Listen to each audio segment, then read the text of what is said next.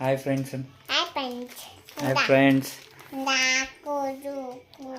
ಎಲ್ರಿಗೂ ಮತ್ತೊಮ್ಮೆ ನಮ್ಮ ಬ್ಲಾಗ್ಗೆ ನಮಸ್ಕಾರ. ನಾನು ಸುಖಿ ಮಾಡ್ತಿರೋದು Maggi special cheap and best egg noodles ಥರ ಮಾಡ್ತೀರಿ. ಅದನ್ನು ಹೇಗೆ ಮಾಡ್ತೀರಿ ಅನ್ನೋದನ್ನು ನಾನು ಸುಖಿ ನಿಮಗೆ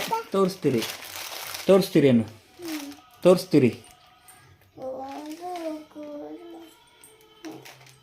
ಇವಾಗ ನಾನು ಸಿಂಪಲ್ ಆಗಿರೋ ಮ್ಯಾಗಿ ಎಗ್ ನೂಡಲ್ಸ್ ಮಾಡೋದನ್ನು ಹೆಂಗೆ ಅಂತ ಜಸ್ಟ್ ಫ್ಯೂ ಮಿನಿಟ್ಸ್ ಅನ್ನೋದು ತೋರಿಸ್ಕೊಡ್ತೀನಿ. ಫಸ್ಟು ಹಾಟ್ ವಾಟ್ರನ್ನ ಬಾಯ್ಲ್ ಇಟ್ಕೊಬೇಕು. ನೆಕ್ಸ್ಟು ನಾವು ಜಸ್ಟ್ ಸದ್ಯಕ್ಕೆ ₹5 ಇಪಿ ನೂಡಲ್ಸ್ ತಂದಿದ್ದೀನಿ. ಸೊ ₹5 ಇಪಿ ನೂಡಲ್ಸ್ನ ಇದಕ್ಕೆ ನಾವು ತರಿಸಿರೋದು ಎಲ್ಲ ಪ್ಯಾಕೆಟ್ನು ವಿತೌಟ್ ಮಸಾಲ ಬೆರಿ ನೂಡಲ್ಸ್ ಇದಕ್ಕೆ ಎಲ್ಲ ಸುರ್ಕೊಬೇಕು. ಇವಾಗ ನಾನು ಇದಕ್ಕೆ ಸದ್ಯಕ್ಕೆ ₹5 5 ಮ್ಯಾಗಿ ಹಾಕ್ಕೊಂಡು ಇದನ್ನು ಬಾಯ್ಲಾಗಕ್ಕೆ ಇಕ್ಕಿದ್ದೀನಿ. ಸೊ ಬಾಯ್ಲ್ ಆಗಿ ಜಸ್ಟ್ ಒಂದು 5 to 10 ಮಿನಿಟ್ಸ್ ಬಾಯ್ಲ್ ಮಾಡಬೇಕು. ಫುಲ್ ಬಾಯ್ಲ್ ಮಾಡಬಾರ್ದು, ಒಂಥರ 80% ಬಾಯ್ಲ್ ಮಾಡಬೇಕು. ಸೊ ಅಷ್ಟೊತ್ತಿಗೆ ನೆಕ್ಸ್ಟ್ ಪ್ರಿಪ್ರೇಷನ್ ನಾವು ರೆಡಿ ಮಾಡೋಣ. ಇದು ಬಾಯ್ಲ್ ಆಗ್ತಾ ಇರಲಿ. ಈಗ ನಾವೇನು ಮಾಡ್ತಾಯಿದ್ದೀರಿ? ಮ್ಯಾಗಿ ಎಗ್ ಮ್ಯಾಗಿ ಮಾಡೋಣ. ಇವಾಗ ಮ್ಯಾಗಿ 80% ಅಷ್ಟು ಬೆಂದಿದೆ. ಸೊ ನೆಕ್ಸ್ಟ್ ನಮ್ಮ ಹತ್ರ ಇಂಟಿಗ್ರೇಟ್ಸು ಆನಿಯನ್ನು ಕೊತ್ತಂಬರಿ ಚಾಪ್ ಆಗಿದೆ, ಕಟ್ ಮಾಡಿದ್ದೀನಿ. ನೆಕ್ಸ್ಟ್ ನಾನು 3 ಮೊಟ್ಟೆ ತಂದಿದ್ದೀನಿ ಅಷ್ಟೇ, ಜಾಸ್ತಿ ತಂದಿಲ್ಲ. ಇಷ್ಟನ್ನು ಹಾಕಿ ಎಗ್ ನೂಡಲ್ಸ್ ಮಾಡಿ ಫಿನಿಷ್ ಮಾಡ್ತೀನಿ. ಸೊ ನೆಕ್ಸ್ಟ್ ಏನಂತಂದರೆ ಮ್ಯಾಗಿ ನೂಡಲ್ಸ್ ಬೇಯಿಸಿರೋದನ್ನು ನಾನು ಸೊಪ್ಪು ಜಾಲ್ಸು ಎಲ್ಲ ಹಾಕ್ತಿದ್ದೀನಿ. ಅದರೆಲ್ಲ ಇದಕ್ಕೆ ಹಾಕ್ತಿದ್ದೀನಿ. ಇದನ್ನು ಹಾಕಿ ಹೀಗಿಟ್ಟು ಇದನ್ನು ಬಿಟ್ಬಿಡೋದು. ಇದಕ್ಕೆ ಬೇಕಾಗಿರೋದೆಲ್ಲ ನಾವು ಇಲ್ಲಿ ರೆಡಿ ಮಾಡ್ಕೊಳೋದು. ಅಲ್ಲಿ ತನಕ ಇಲ್ಲಿ ಬಾಣಲಿ ಇಟ್ಟು ಸ್ಟವ್ ಅಂಟಿಸಿದ್ದೀನಿ. ನೆಕ್ಸ್ಟು ಇಲ್ಲಿ ಇದನ್ನು ರೆಡಿ ಮಾಡಿ ಇಟ್ಕೊಂಡಿದ್ದೀನಿ. ಸೊ ಜಾಲರು ತುಂಬ ಗಲೀಜಾಗಿದೆ. ಅದು ಎಷ್ಟು ವಾಶ್ ಮಾಡ್ತಿದ್ರು ಹೋಯ್ತಿಲ್ಲ. ಸಂಡೇ ಆಗಿರೋದ್ರಿಂದ ನಂದೊಂದು ಸ್ಪೆಷಲ್ ಅಷ್ಟೇ. ಈ 3 ಮೊಟ್ಟೆ ಇದೆ.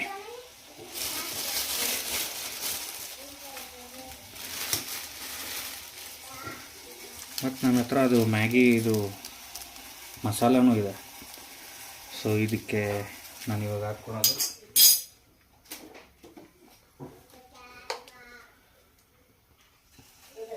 ಸ್ವಲ್ಪ ಆಯಿಲು ಸ್ವಲ್ಪ ಬಾಯ್ಲ್ ಆಗಬೇಕು.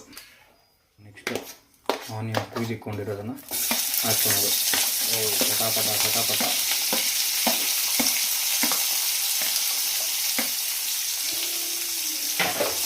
ಇದನ್ನು ಸ್ವಲ್ಪ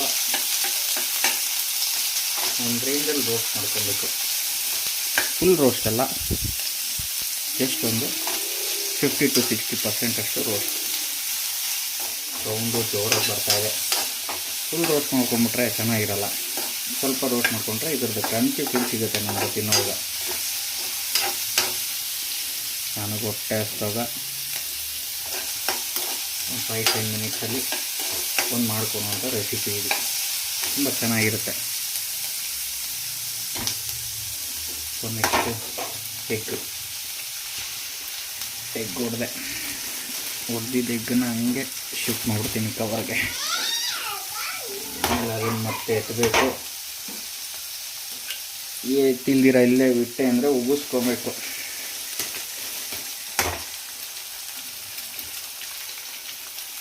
ಸೊ 3 ಎಗ್ ಹಾಕಿ ಕವರ್ಗೆ ಹಿಂಗೆ ಎಗ್ಗದು ಮೊಟ್ಟೆ ಚಿಪ್ಪೆ ಹಾಕಿ ಇಸುಕಿ ಡಸ್ಟ್ಬಿನ್ಗೆ ಎಸೆಯೋದು.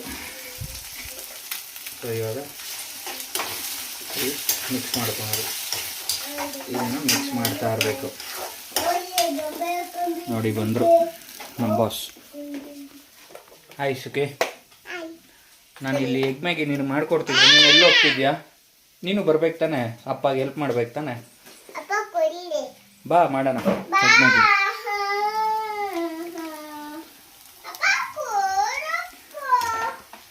ನೆಕ್ಸ್ಟು ಸ್ವಲ್ಪ ಸ್ಟವ್ ಸಣ್ಣ ಮಾಡೋಣ. ಈ ಥರ ಕಾಣಿಸ್ತಿದೆ.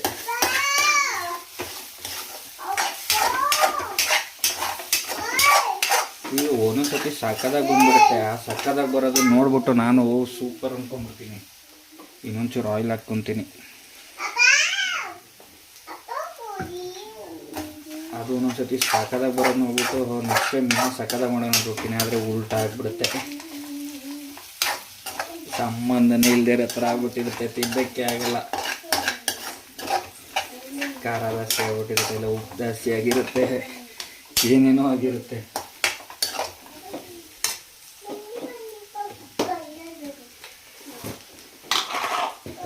ಇದಾಗ ಗ್ಯಾಪಲ್ಲಿ ಉಪ್ಪು ಖಾರ ಎಲ್ಲನೂ ರೆಡಿ ಮಾಡಿ ಇಟ್ಕೊಂಬಿಟ್ಟಿದ್ದೀನಿ. ಇದು ಹೆಂಗೆ ನನಗೆ ಅಭ್ಯಾಸ ಆಗಿದೆ ಅಂದರೆ ಫ್ರೆಂಡ್ಸ್, ನಾವು ಟ್ರಾವೆಲೆಲ್ಲ ಮಾಡುವಾಗ ಕ್ಯಾಂಪ್ ಥರ ಎಲ್ಲ ಹಾಕ್ಕೊತಿದ್ವಿ. ಅಲ್ಲಿ ನಾವು ಇನ್ಸ್ಟೆಂಟಾಗಿ ಮಾಡ್ಕೊಳೋದಕ್ಕೆ ಈ ಥರ ಮಾಡ್ಕೊತಾ ಇದ್ದಿದ್ದು. ಅದನ್ನು ನನಗೆ ಹೇಳ್ಕೊಟ್ಟಿದ್ದು ನಮ್ಮ ಮನೆ ಹತ್ರ ಒಬ್ಬರು ಇದ್ದರು. ಅವ್ರು ಪಾನಿಪುರಿ ಮಾಡ್ತಿದ್ರು. ಅವರೇ ಇಪ್ಪಿ ನೂಡಲ್ಸಲ್ಲೂ ಮ್ಯಾಗಿನಲ್ಲೂ ಎಗ್ ನೂಡಲ್ಸ್ ಥರ ಮಾಡ್ಕೊಂಡು ನಾವು ತಿನ್ಬೋದು ಅಂತ ತೋರಿಸ್ಕೊಟ್ರು. ಅವ್ರು ಮಾಡಿಕೊಟ್ಟಿದ್ದು ನನಗೆ ತುಂಬ ಇಷ್ಟ ಆಯಿತು. ಥರ ಬ್ಯಾಚುಲರ್ಸ್ಗಾಗಿರಲಿ ಅಂಥವ್ರಿಗೆಲ್ಲ ಪಟ್ ಅಂತ ಮಾಡ್ಕೊಂಡು ತಿನ್ನೋಂಥ ಇನ್ಸ್ಟೆಂಟ್ ಅಡುಗೆ ಥರ. ಸುಮ್ಮನೆ ಹೇಳ್ತಾರೆ ಇನ್ಸ್ಟೆಂಟ್ ಅಂತ, ಯಾವ ಇನ್ಸ್ಟೆಂಟು ಇಲ್ಲ. ಬದನೇಕಾಯಿ ಈರುಳ್ಳಿ ಕುಯ್ಕೊಬೇಕು, ಎಲ್ಲ ಮಾಡಬೇಕು. ಇನ್ಸ್ಟೆಂಟಾಗಿ ಆಗಂಗಿದ್ರೆ ಇನ್ಯಾಕೆ.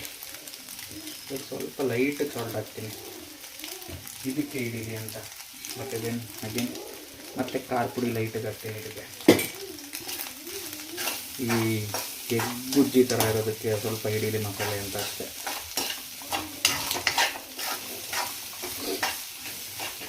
ಇದು ನೆಕ್ಸ್ಟು ನೂಡಲ್ಸ್ ಸೋಸ್ಕೊಂಡಿರೋ ಇದಕ್ಕೆ ಹಾಕೋದು.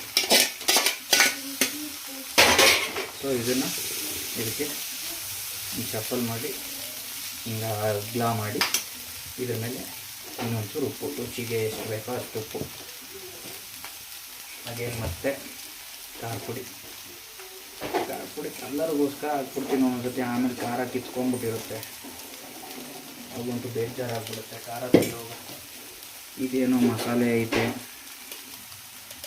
ಏನು ಮಸಾಲೆ ಅಂತ ಗೊತ್ತಿಲ್ಲ, ಹಾಕ್ತಾರದು.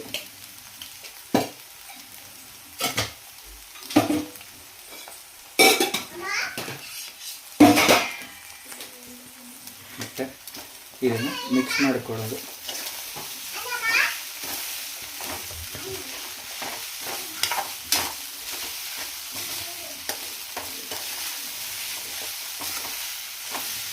ಇಲ್ಲೊಂದು ಎಗ್ ಬೈಟ್ ಬಿದೋಗ್ಬಿಟ್ಟಿದೆ ಗ್ಯಾಸ್ ಸ್ಟವ್ ಮೇಲೆ. ಅದನ್ನು ಹಂಗೆ ಬಾಯಿಗೆ ಮಾಡಿಕೊಂಡು ನಾವು ಇದಕ್ಕೆ ಮೆಣಸಿನ್ಕಾಯಿ ಹಾಕ್ಬೋದು. ನೀವು ವೆಜಿಟೇಬಲ್ಸಲ್ಲಿ ಕ್ಯಾಪ್ಸಿಕಮ್ ಹಾಕ್ಬೋದು, ಎಲೆಕೋಸಿದ್ರೆ ಎಲೆಕೋಸು ಹಾಕ್ಬೋದು. ನಿಮ್ಗೆ ಇನ್ನೂ ಏನೇನು ಹಾಕ್ಬೋದು ಅನ್ಸುತ್ತೋ ಎಲ್ಲನೂ ಹಾಕ್ಬೋದು. ನಾನು ಕ್ಯಾಪ್ಸಿಕಮ್ ಮೆಣಸಿನ್ಕಾಯಿ ಅದೆಲ್ಲ ಹಾಕೋಕ್ಕೆ ಹೋಗಿಲ್ಲ. ಕ್ಯಾಪ್ಸಿಕಮ್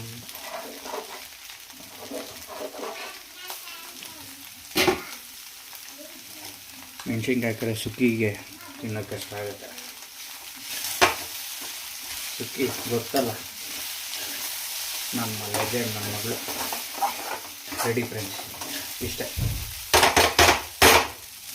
ಮುಗೀತು. Egg Maggi noodles. ಇವಾಗ ಈ ಮಸಾಲೆ ಕೊಟ್ಟಿದ್ರಲ್ಲ ಅದನ್ನು ಏನು ಮಾಡ್ತೀನಿ, ಮೇಲೆ ಉದುರಿಸ್ತೀನಿ. ಇದಿಷ್ಟು ಪ್ಯಾಕೆಟು ಹಾಕಲ್ಲ ನಾನು. ಇವಾಗ ಸದ್ಯಕ್ಕೆ 2 ಪ್ಯಾಕೆಟ್ ಹಾಕಿ ಕೊಡ್ದಿದ್ದೀನಿ. ಮಿಕ್ಸ್ ಮಾಡಿದ್ಮೇಲೆ ಗೊತ್ತಾಗುತ್ತೆ. ಆ್ಯಕ್ಚುಲಿ ಶುಂಠಿ ಬೆಳ್ಳುಳ್ಳಿ ಪೇಸ್ಟ್ ಹಾಕೋರು ಮಸ್ತಾಗಿರುತ್ತೆ. ಸ್ಟಾರ್ಟಿಂಗಲ್ಲೇ ಫ್ರೈ ಮಾಡೋ ಟೈಮಲ್ಲಿ, ಆನಿಯನ್ ಫ್ರೈ ಮಾಡೋ ಟೈಮಲ್ಲಿ ಅದನ್ನು ಹಾಕ್ಕೊಂಡ್ರೆ ಅದು ಒಂದು ಟೇಸ್ಟು ಸಕ್ಕತ್ತಾಗಿ ಕೊಡುತ್ತೆ. ಆಯಿತು, ಕಂಪ್ಲೀಟೆಡ್ ಫ್ರೆಂಡ್ಸ್.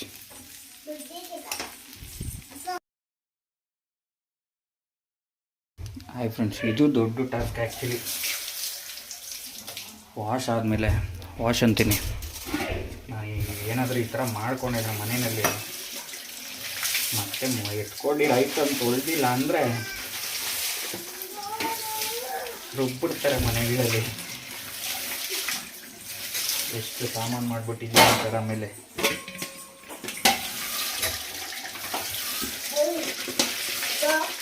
ಅದಕ್ಕೆ ಮಾಡ್ಕೊಳ್ಳೋದು ಎಷ್ಟೆಲ್ಲ ಅದು ನನಗೆ ವಾಶ್ ಮಾಡಿ ಇಟ್ಬಿಟ್ರೆ ಅದು ಒಂದು ಖುಷಿ ಮನೆಯಲ್ಲಿರೋದು.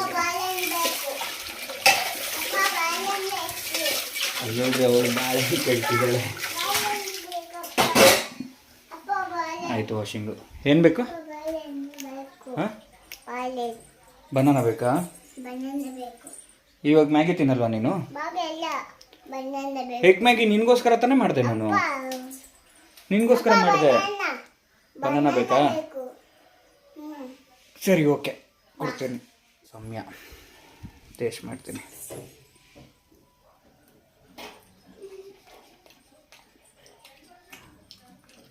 ಚೆನ್ನಾಗಿದೆ, ಸ್ವಲ್ಪ ಉಪ್ಪು ಕಡಿಮೆ ಅನಿಸುತ್ತೆ. ಮಗಳಿಗೆ ಚಿಕ್ಕ ಮಗುಗೆ ಕೊಡೋದಕ್ಕೆ ಬೆಸ್ಟ್ ಫುಡ್ಡು. ಅರೆ ಬೆಸ್ಟ್ ಫುಡ್ಡಲ್ಲ, ಮ್ಯಾಗಿ ಡೇಂಜರ್ ಕೊಡಬಾರ್ದು. ಆದರೂ ಯಾವತ್ತೋ ಅಪರೂಪಕ್ಕೆ ಅಮಾಸೆ ಹುಣ್ಣಿಮೆಗೆ ಅಂತ ಕೊಡ್ತೀರಷ್ಟೇ. ಹೋಳಿಗೆ ಅಂತ ಕೊಡ್ತೀನಿ.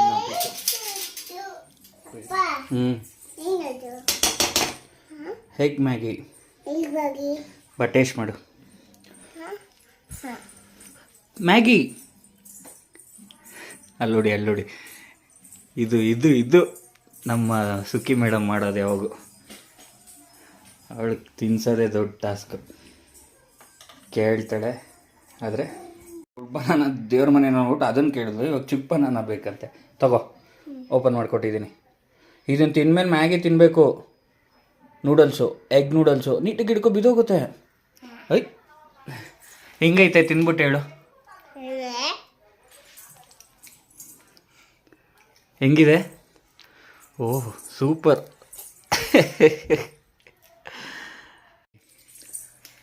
Okay, thank you guys. ಏನೋ ನಮ್ಮ ಪ್ರಯತ್ನ ಪಟ್ಟು ನಾವು ಒಂದು ವೀಡಿಯೋ ಮಾಡ್ತಾಯಿದ್ದೀರಿ. ನನ್ನ ಮಗಳ ಜೊತೆ ಸೇರ್ಕೊಂಡು ನಂದು ಆ್ಯಕ್ಚುಲಿ ಎಲ್ಲ ಥರನೂ ಮಾಡ್ತಾ ಇರ್ತೀನಿ. ಏನು ಅನ್ಸುತ್ತೋ ಅದನ್ನು ಮಾಡ್ತೀನಿ. ನೀವು ಸಪೋರ್ಟ್ ಮಾಡಿ, ಆದರೆ ಲೈಕ್ ಮಾಡಿ, ಶೇರ್ ಮಾಡಿ. ಬಾಯ್ ಮಾಡು. Bye guys. ನೋಡಿ ಬಾಯ್ ಹೇಳ್ಬಿಟ್ಟು ಹೋಗ್ತಾವಳೆ. ಬಾಯ್.